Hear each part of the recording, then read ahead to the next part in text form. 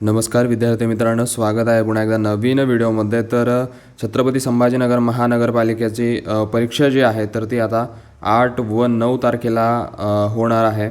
आणि त्या संदर्भातच एक प्रसिद्धीपत्रक जे आहे तर त्यांनी जाहीर केलं आहे. कारण विद्यार्थ्यांची मागणी होती की पावसाची जी सिच्युएशन चालू आहे तर त्यामुळे परीक्षा जी आहे ती पुढे ढकलण्यात यावी किंवा मग काही विद्यार्थ्यांनी असं पण सांगितलं होतं की पुढे ढकलण्यात येऊ नये. तर असे दुहेरी संदेश जे आहेत ते प्राप्त झालेले आहेत. आणि त्यावर नेमकं महानगरपालिकेने काय निर्णय घेतला, परीक्षा होणार की नाही होणार, त्या संदर्भात परिपत्रक आहे. तर ते परिपत्रकच चला बघूया एकदम फास्टमध्ये. तर हे परिपत्रक आपल्यासमोर ओपन झालेलं दिसतं आहे आणि आपण बघू शकतो आहे की इथे 8 व 9 तारखेला, त्यामध्ये 8 तारखेला जे आहे 3 सत्रामध्ये परीक्षा होणार होती, 9 तारखेला 2 सत्रामध्ये. आणि जी मागणी आहे उमेदवारांची, काही उमेदवारांनी पुढे ढकलण्यात यावी आणि काही उमेदवारांनी पुढे ढकलण्यात येऊ नये असे जे ईमेल किंवा संदेश जे आहे ते आपल्या महानगरपालिकेपर्यंत पोहोचले होते. आणि त्याबाबतचा जो संभ्रम आहे तर तो दूर करण्याची मागणी उमेदवारांनी केली. नेमकं परीक्षा होणार की नाही होणार, कारण माध्यमांवर जे आहे तर वेगवेगळ्या बातम्या प्रसिद्ध होत होत्या.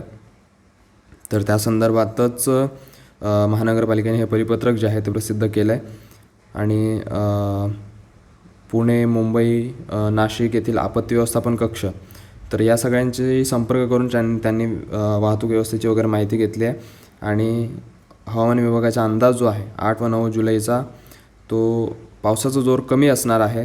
त्यानुसार परीक्षा केंद्र जे आहे ते पहिल्या पसंतीच्या ठिकाणी सगळ्या उमेदवारांना देण्यात आलेलं आहे असं महानगरपालिकेचं म्हणणं आहे, IBPSचं म्हणणं आहे.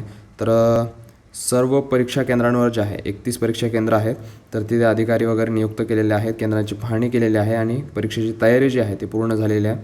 आणि बाकीच्या सगळ्या बाबींचा विचार करून 8 व 9 दिनांकाला जी परीक्षा आहे तर ती नियोजनाप्रमाणे घेण्यात येणार आहे. आणि याची नोंद सगळ्या उमेदवारांनी घ्यायची आहे. आणि केंद्रावर पोहोचण्याच्या नियोजित वेळेमध्ये अर्ध्या तासाची सूट जी आहे तर ती देण्यात येते.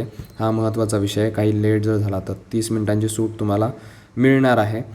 तर हीच सूचना होती.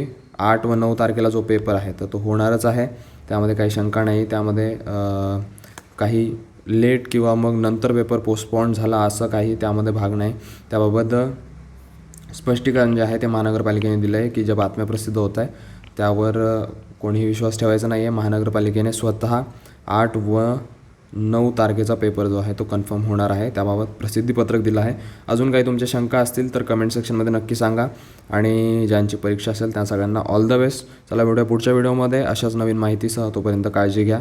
परीक्षेसाठी सगळ्यांना ऑल द बेस्ट.